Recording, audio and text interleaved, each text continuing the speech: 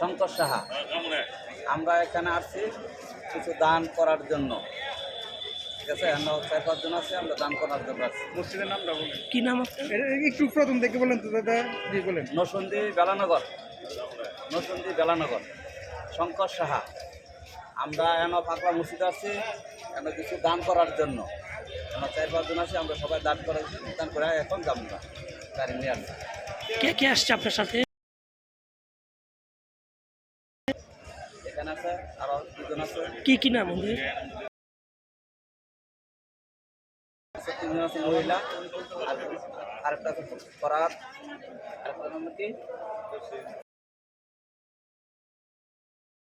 হ্যাঁ, সবাই নরসিংদী বেলানগর থেকে আসছি পাগলা মসজিদে।